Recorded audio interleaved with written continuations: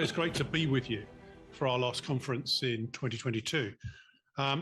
Parliament, as you probably know, rises next Tuesday and returns on the 9th of January. On Thursday, the 12th of January, I will be leading a debate in the chamber on the situation in Iran and having the opportunity on the floor of the House to call the government to account. And I'll mention some of the things we are proposing to put in our resolution in a few moments. But I'm very proud to be with Lord Dolicher and others on a cross-party basis, supporting a free and democratic Iran. It's what we all want to see achieved. And the fact that it is a cross-party and all-party basis makes this alliance so much stronger. We've all been amazed. We've all been amazed by the bravery and courage of the women in Iran to stand up to the regime of the mullahs, to put their lives at risk, to put their liberty at risk, is a fantastic achievement. However, there is a concern here. The position with the regime is they will stop at nothing. They are oppressors. They are determined to ensure that their will is thrust upon the people, brave people of Iran. We're not yet, in my judgment, at the point at which a revolution is coming. It still has to, we are seeing wonderful protests. Clearly, literally thousands of people across Iran are putting their lives at risk, but it hasn't yet reached the position whereby that revolution that we all wish to see has actually will come about. But when you hear the slogans of down with the oppressors, be it the Shah or the mullahs, down with the dictator, down with Khomeini, these are self-explanatory. Iranians are fed up with the dictatorship that they've suffered for many a year. They want to enjoy fundamental rights and freedoms that we in this country hold dear. Just imagine if we took a view of people who are peacefully protesting and executed them for the fact that they peacefully protested. Quite rightly, there would be a storm of protest. But that is exactly what's going on in Iran right now. The good thing is that despite the repression, the killings, the murders and the torture, the regime is not able to suppress the people of Iran. And that is something which we can all gain hope.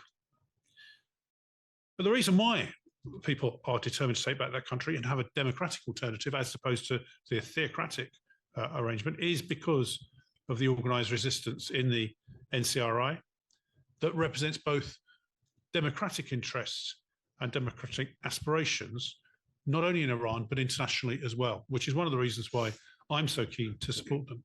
And as we've pointed out in our statement, and we regularly say this, the NCRI President-elect, Madam Rajavi, has a 10-point democratic plan, which was a sensible platform for the future of Iran that deserves support not only by the UK, but across all international allies. It's got great backing in the UK Parliament, in the US and various European parliaments. So it demonstrates that there's a great will to achieve this. And that's the reason, frankly, why Tehran is terrified of Madam Rajavi and the NCRI. They use huge amounts of money to defame and demonize the Iranian resistance movement, and parliamentarians backing them, combined with terrorism and massacre to eliminate the pro-democracy resistance. And just recently, a number of MPs in this House have been sanctioned by the Iranian regime. I'm one of them. Other colleagues have been put on that list.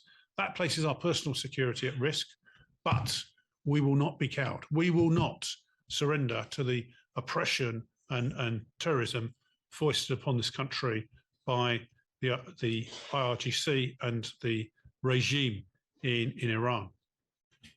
We remember the rocket attacks against Ashraf in Iraq at the behest of the mullahs. We remember the 1988 massacre, where more than 30,000 political prisoners were murdered. The reward for that seems to be you become president of Iran. And that demonstrates that people cannot trust this regime one iota. We remember the foiled terrorist plot against the Free Iran gathering in Paris in 2018, where many of us were indeed present. Matthew, myself, Teresa Villiers, and others. And Sir David Amess, of course, who very sadly is no longer with us. Had that terrorist plot succeeded, we wouldn't be here now. And nor would many other prominent politicians and military people from the United States. I have a view, very strong view, that had that terrorist plot succeeded, there would have been World War III, because the Americans would not have tolerated a position whereby their people were being ruthlessly murdered. Now, as I said, I was one of the MPs targeted for supporting Madam Rajavi and the NCRI. And we have to remember that it was a terrorist diplomat who smuggled this bomb in diplomatic pouches through from Iran to Belgium. And he was only apprehended by the Belgian authorities because he was trying to hand it over to two terrorists who would transfer it from Belgium into Paris. So I welcome the recent decision by the Belgian Constitutional Court to suspend his release and transfer to Iran under the Belgian government's prison transfer deal with Tehran, which they put in order to review his case. He's now serving 20 years in prison. That's probably too short a period for the terrorist acts he's carried out. So with all those actions and words, the regime is pointing us to the alternative that we ought to support. The Iranian uprising, the NCRI, Madam Rajavi, and that's why our statement today is very important, I think, for the people of Iran and for the UK government and the international community, heeding what we have to say. We have been consistent in our approach, and we will continue to be consistent in our approach. We need governments now across not only the UK government, but across the free world to actually endorse what we're saying. Another important point, obviously, at this time in Iran's history, is the recognition of the Iranian people's right to defend themselves against the terrorist IRGC and the murderous security forces. So if we in the UK recognise and back the Ukrainian people's right to self-defence, why are the Iranian people not entitled to the same right? Given that the regime's violent repression is nothing but a declaration of war against those seeking a free and democratic Iran. We quite rightly stand up for the brave people of Ukraine in their fight against the illegal invasion by Russia. We must stand up as well for the brave people of Iran. Now, as has been said, more than 200 cross-party colleagues have put their names to this statement today. So we call on the UK government and the international community to recognise the Iranian people's right to self-defence. Now, as I said at the beginning, I'm proposing a motion on the Thursday, the 12th of January. In that motion, I will call on the government to prescribe the IRGC in its entirety, and that will be, I predict, the settled view of the House of Commons, which means then that we'll up the pressure. It cannot be right that in this day and age, we have prescribed Hamas and Hezbollah, both of which are terrorist organisations that are funded and supported by the IRGC. Why do we cut off the children and not hit the parents? The IRGC is the organisation, a pernicious organisation. As far as I'm concerned, it should be prescribed in its entirety. All its assets should be sequestrated and used for the benefit of the people of Iran. So I hope